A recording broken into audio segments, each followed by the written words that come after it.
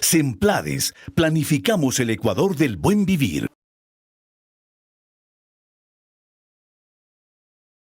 ¿Cuáles son los efectos positivos que tendría en la vida de los ecuatorianos un cambio en la matriz productiva y qué significa el cambio en la matriz productiva?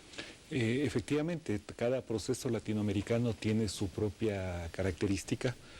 Nosotros hemos defendido mucho la idea de un espacio de integración latinoamericana con ejes comunes alrededor de la integración, la autodeterminación de nuestros pueblos, el derecho a coexistir pacíficamente, pero evidentemente cada modelo tiene su característica y nosotros tampoco creemos en ningún modelo enlatado. Hemos trabajado con nuestras propias ideas que están expresadas en un programa de gobierno, en un Plan Nacional para el Buen Vivir, en nuestra propia Constitución. Ya más concretamente, en referencia a su pregunta, creo que lo que está detrás en el fondo del cambio de la matriz productiva es la necesidad de generar otra forma de producir y otra forma de consumir también. Una forma de producir que nos abandone a esta lógica, a esta especie de ruta de condena, de especialización que ha tenido el país en los 2 últimos siglos, ser vendedores de productos primarios con escasa especialización, poca generación de valor agregado y la necesidad de generar un cúmulo de conocimientos para llevarnos hacia otro tipo de especialización. Esto técnicamente se lo conoce como el cambio de la matriz productiva, que tiene algunos ejes sustantivos. Por un lado, dejar de lado solo esta venta de productos primarios, lograr una distinta especialización. De otro lado, ir hacia una verdadera sustitución selectiva de importaciones en de defender a nuestro aparato público nacional, de defender a nuestro empleo, a nuestros pequeños y medianos empresarios y productores. Y también hay otro elemento fundamental que es el desarrollo de una industria propia, que nosotros le hemos denominado industria básica. Por ejemplo, el caso de la petroquímica. Si se constituye la refinería del Pacífico, esta obra que es el proyecto de inversión más importante que tiene el Ecuador en este momento, el Ecuador dejaría de importar automáticamente o se liberaría de importar en cerca de 3.000 millones de dólares.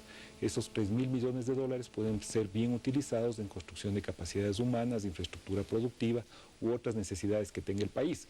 Entonces, esta diversificación en la especialización nos permite a nosotros ir hacia una distinta estrategia de desarrollo con un elemento fundamental, y eso es lo más importante que quisiera destacar, Carlos, la visión hacia dónde vamos. La idea es cambiar de una lógica de recursos agotables por definición, el petróleo, los minerales, el oro, etcétera, que inexorablemente cada unidad de consumo nos lleva hacia su agotamiento, porque son recursos no renovables, hacia recursos infinitos. ¿Y cuáles son esos recursos infinitos? La ciencia, el talento, el conocimiento, y en ese contexto la educación y la cultura juegan un rol fundamental. Es decir, el 2017 podría ser el inicio de una vida para los ecuatorianos tremendamente importante. ¿Y por qué digo esto? Digo esto porque si en el 2016 ya se inauguran las hidroeléctricas y comienzan a operar las hidroeléctricas, estaríamos liberando más o menos 2.000 millones de dólares, y sumado a lo que podríamos exportar de energía eléctrica.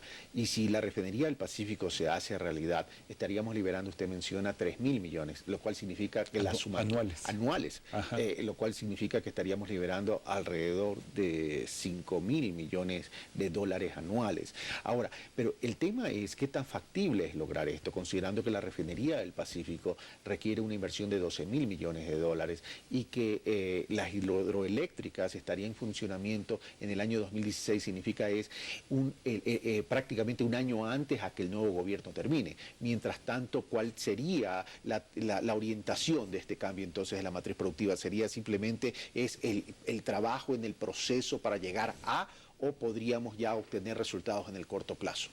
Yo creo que hay que pensarle en medidas en el corto, en el mediano y el largo plazo. Ciertamente, si uno no acumula capital y conocimiento, es difícil que se produzca el cambio o el salto hacia futuro. Y creo que es muy importante la inversión que estamos realizando ahora, esta especie de metáfora de sembrar el petróleo, es decir, cuál es el uso más inteligente que se puede hacer a la renta extractiva, es el uso de sembrarle en términos de conocimiento, capacidades o infraestructura productiva. Y en ese sentido se está constituyendo toda la estructuración financiera a través del proyecto de la refinería del Pacífico. Justamente ayer tuvimos una reunión con el ingeniero Jorge Glass, y Jorge nos explicaba perfectamente que se está diseñando la estructuración, va en muy buen camino. Yo creo que hay una visión de cristalizar esta obra fundamental para el caso del Ecuador. En este momento se están construyendo más de 9 proyectos grandes en términos de generación eléctrica. Esto le va a permitir al país, efectivamente, lo que usted señalaba, diversificar nuestra oferta productiva, convertirnos quizás en el año 2016 en exportadores netos de energía, pero más importante que eso es la posibilidad de que nuestra generación y oferta eléctrica nos permita también generar nuevas pautas de consumo. Es decir, no solo debemos pensar cuando hablamos de matriz energética en que más es mejor, en que el incremento de la oferta energética de los grandes proyectos hidroeléctricos nos van a llevar hacia un mejor país. Creo que aquí también tenemos que pensar mucho en la gestión de la demanda, en cómo modulamos nuestras prácticas de consumo, cómo modulamos nuestras prácticas de relacionarnos en una estrategia que no debe ser consumista, sino que tenemos que también ir hacia lo que usted señalaba al inicio de la entrevista, hacia la consecución, por ejemplo, de elementos fundamentales como la soberanía alimentaria, que finalmente eso implica el bienestar colectivo en una sociedad. Ahora, ¿qué rol tendrá que jugar el sector privado, el sector productivo nacional privado en este sentido? Porque estamos hablando de una sustitución selectiva de importaciones. Eso significa que nosotros tenemos que producir localmente para poder satisfacer la demanda y tenemos que producir a buenos precios y bienes de calidad.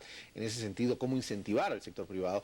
Porque el sector privado en el Ecuador está teniendo el mismo comportamiento que en Brasil. Hace poco incluso la presidenta de Brasil invitaba al sector privado a no represarse